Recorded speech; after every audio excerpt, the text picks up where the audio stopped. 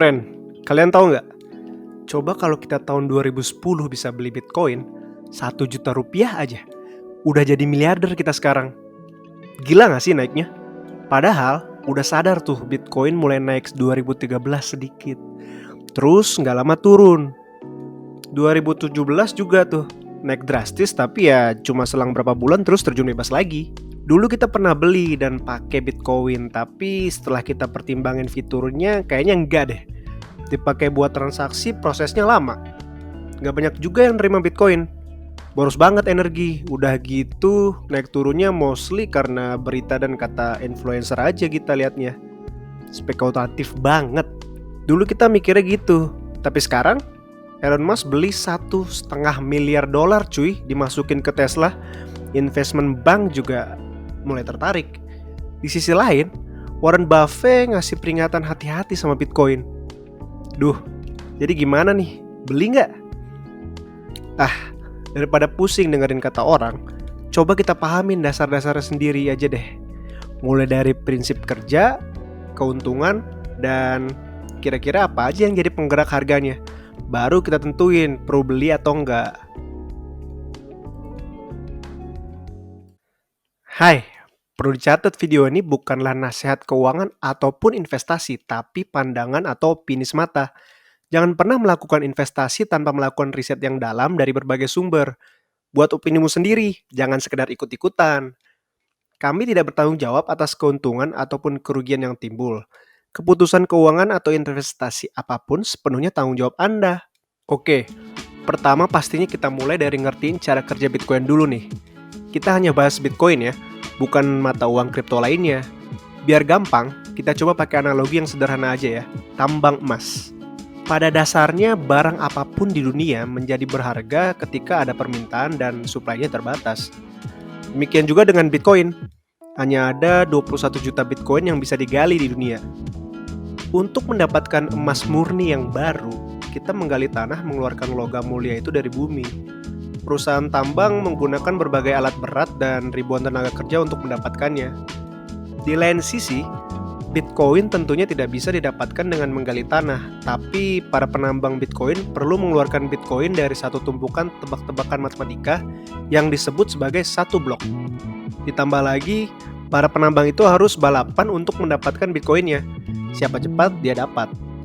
Alih-alih menggunakan alat berat, penambang Bitcoin harus memiliki kekuatan komputasi yang bisa mengeluarkan tebakan-tebakan matematika dengan sangat cepat. Kecepatan ini biasa disebut sebagai hash rate. Sayangnya, jumlah Bitcoin yang mereka bisa dapatkan itu berkurang setengah setiap 210.000 blok atau sekitar 4 tahun sekali. Contoh, tahun 2017, sekali tambang bisa dapat 12,5 Bitcoin, sedangkan tahun 2021 hanya bisa dapat 6,25 Bitcoin. Nah, pengurangan reward Bitcoin ini disebut halving. Kenapa pencipta Bitcoin membuatnya berkurang setiap 210.000 blok? Ini supaya suplai Bitcoin ke pasar makin lama makin sedikit sehingga harga Bitcoin bisa naik dan reward ke penambang pun nilainya jadi lebih besar. Kita bisa lihat nih waktu halving di Juli 2016. Waktu itu harga 1 Bitcoin masih 650 US dollar. Nah, di Desember 2017 harganya naik jadi 18.000 US dollar. Tapi setahun kemudian di Desember 2018 harganya drop ke paling rendah 3.200 US dollar. Kalau dibanding sebelum halving 2016, harga 1 Bitcoin naik hampir 4 kali lipat kan? Kenapa reward ke penambang ini penting untuk naik?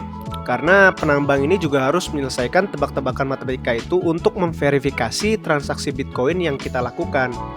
Ibaratnya nih, ketika kalian transfer Bitcoin ke teman, sebuah kode matematika dikirim ke semua penambang Bitcoin di dunia bersama dengan kode matematika dari transaksi lainnya di periode tertentu. Nah, sederhananya, semua penambang Bitcoin itu berlomba-lomba untuk memecahkan tebakan matematikanya dan memasukkannya ke catatan transaksi Bitcoin. Penambang yang paling cepat menebak dengan benar mendapatkan pembayaran tarif dari semua transaksi itu dan juga Bitcoin baru. Nah, jawaban yang benar ini dikirimkan ke semua penambang dan paling tidak 51% penambang lain di dunia harus konfirmasi juga. Baru deh transaksinya bisa dibilang berhasil. Rekaman semua transaksi dari mulai awal dibuat juga terekam dengan baik dan sangat sulit untuk dimanipulasi loh. Mekanisme inilah yang membuat satu Bitcoin gak mungkin digunakan 2 kali. Analogi sederhananya kayak nomor seri unik uang kertas lah. Begitu kita kasih ke orang kan kita nggak bisa pakai uang dengan nomor seri yang sama lagi kan. Karena inilah transaksi di Bitcoin bisa dipercaya. Kalau ada orang yang mau curang, dia harus menguasai lebih dari 51% kekuatan komputasi penambang Bitcoin di seluruh dunia. Dan itu sangat tidak menguntungkan. Nah, semakin tinggi nilai Bitcoin, semakin banyak orang yang mau jadi penambang Bitcoin dan melakukan verifikasi transaksinya. Semakin banyak penambang Bitcoin, semakin aman dan terpercaya sistemnya. Kelebihan Bitcoin. Nah, kita udah mulai nyerempet ke poin kedua nih. Apa sih kelebihan Bitcoin? Bitcoin sebagai mata uang menurut kita punya 3 keuntungan utama. Pertama, kelihatan kan dari prinsip kerjanya, tidak ada satu lembaga sentral yang mengatur Bitcoin. Loh, gak ada kepala yang ngatur kok, malah kelebihan, bukannya jadi kacau.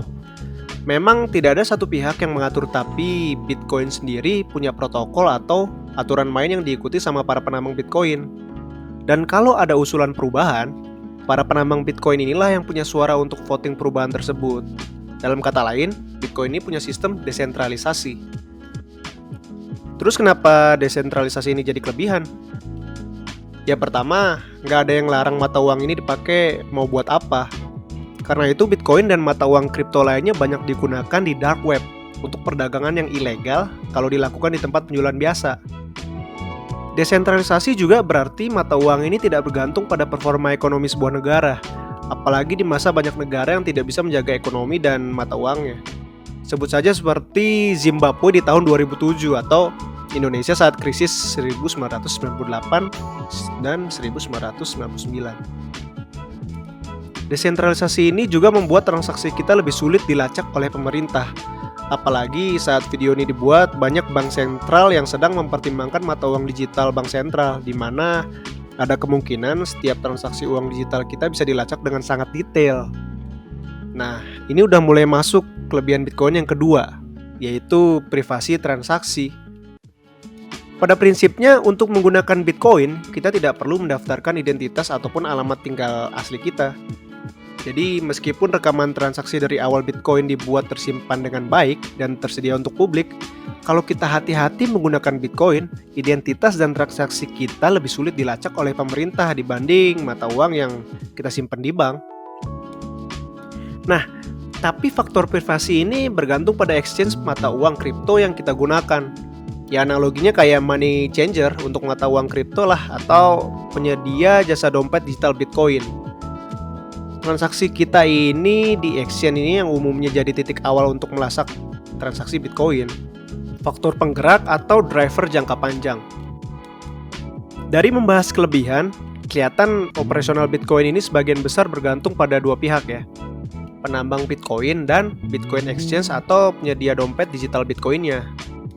Jadi di poin ketiga ini, kita coba bahas faktor utama apa aja sih yang bisa menentukan keberhasilan atau kegagalan Bitcoin secara jangka panjang. Sebenarnya sederhana saja pertanyaannya. 10 tahun lagi, akankah lebih banyak orang menggunakan Bitcoin untuk transaksi atau tidak? Jelas kan, namanya mata uang, fungsi utamanya ya untuk transaksi. Kalau orang di Indonesia punya rupiah, tapi tidak mau belanja pakai rupiah, berarti ada opsi yang lebih baik dari rupiah untuk transaksi.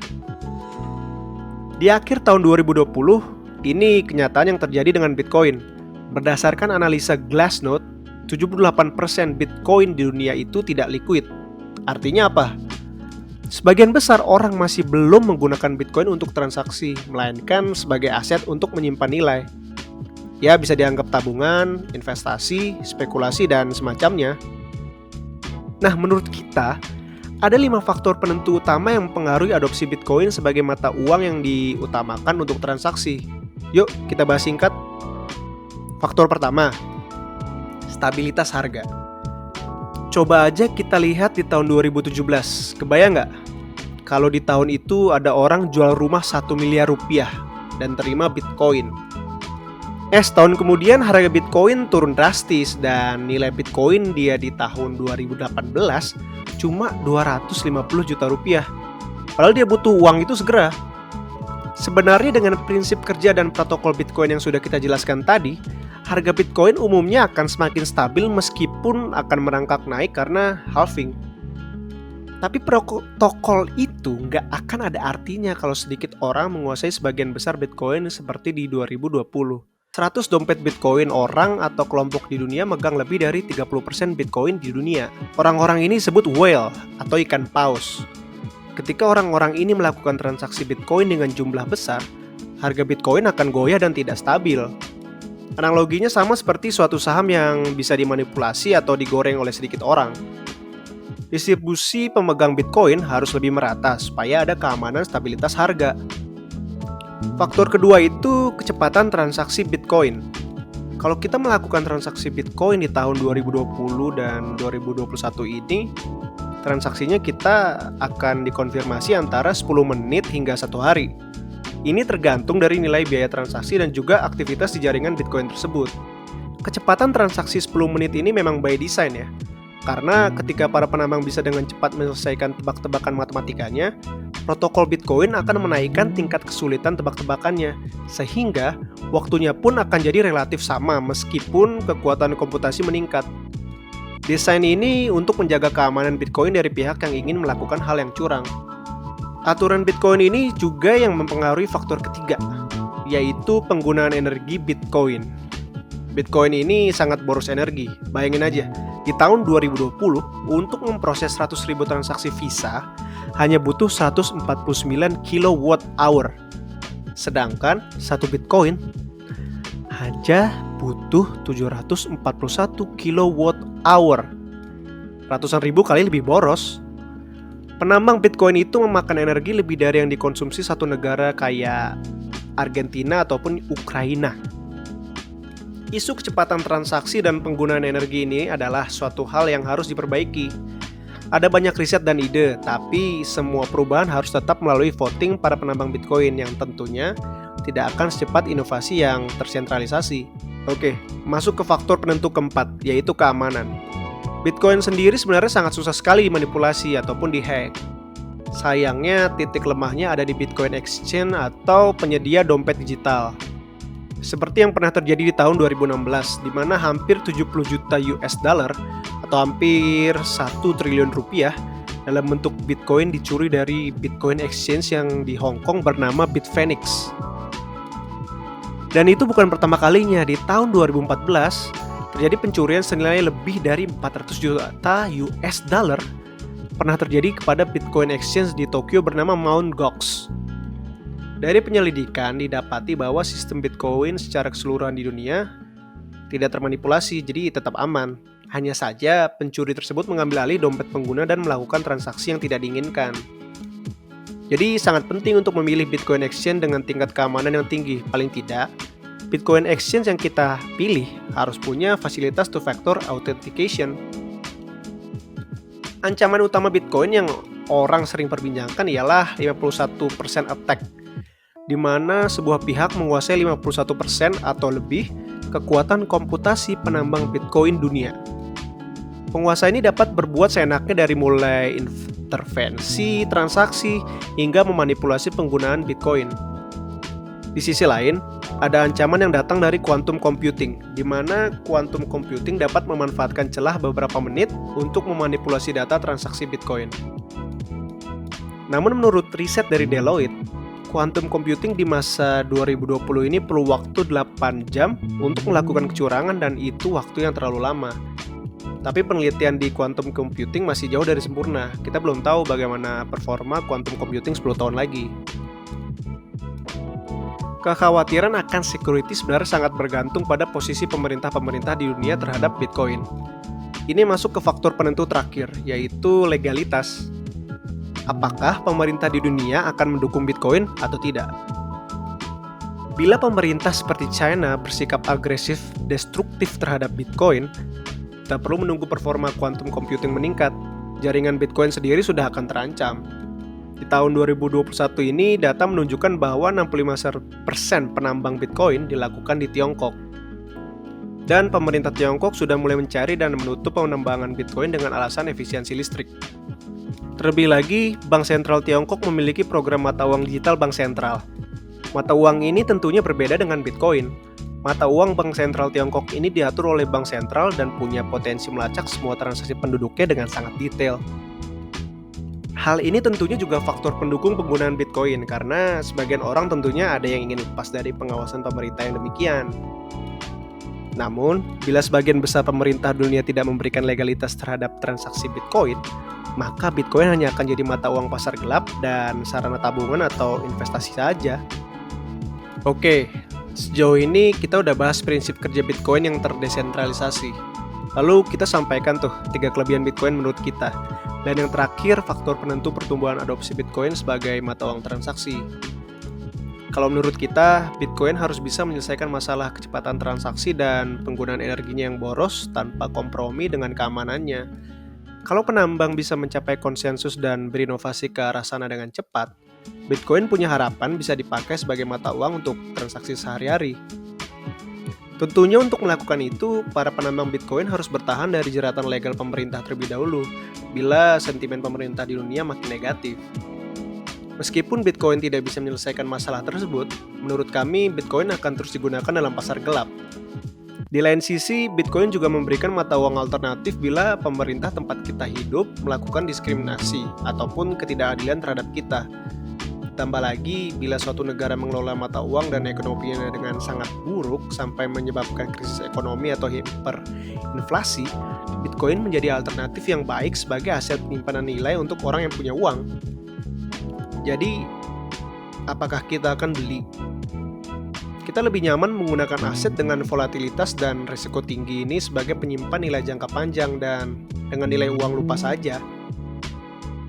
Saat harga sudah lebih wajar, ya 2,5% gaji sebulan sesekali masukin ke Bitcoin bisa lah. Harga wajar yang dipertimbangin dari halving di tahun 2020 dan perubahan harga terendah setelah halving 2016. Untuk exit strategy, pertimbangan untuk halving di tahun 2024 atau 2028, kalau balik ke prinsip kerja, harganya semakin lama akan semakin stabil kecuali ada perubahan signifikan dari faktor penentu tadi atau krisis ekonomi. Tidak ada orang ataupun mesin yang bisa memprediksi masa depan dengan akurasi 100%. Harga Bitcoin bisa saja terjun bebas menuju 0 atau naik 1000% lagi. Tapi kita cuma bisa fokus ke apa yang bisa kita kendalikan di masa sekarang. Jadi sekali lagi, ini hanya opini pribadi dan bukan rekomendasi investasi. Silakan tanya ke manajer investasi profesional atau riset dengan dalam sebelum melakukan investasi ataupun keputusan keuangan dalam jumlah sekecil apapun. Kami tidak bertanggung jawab atas keuntungan ataupun kerugian yang timbul. Keputusan keuangan atau investasi apapun sepenuhnya tanggung jawab Anda. Sekian dari kami, sampai jumpa di video berikutnya. Ciao!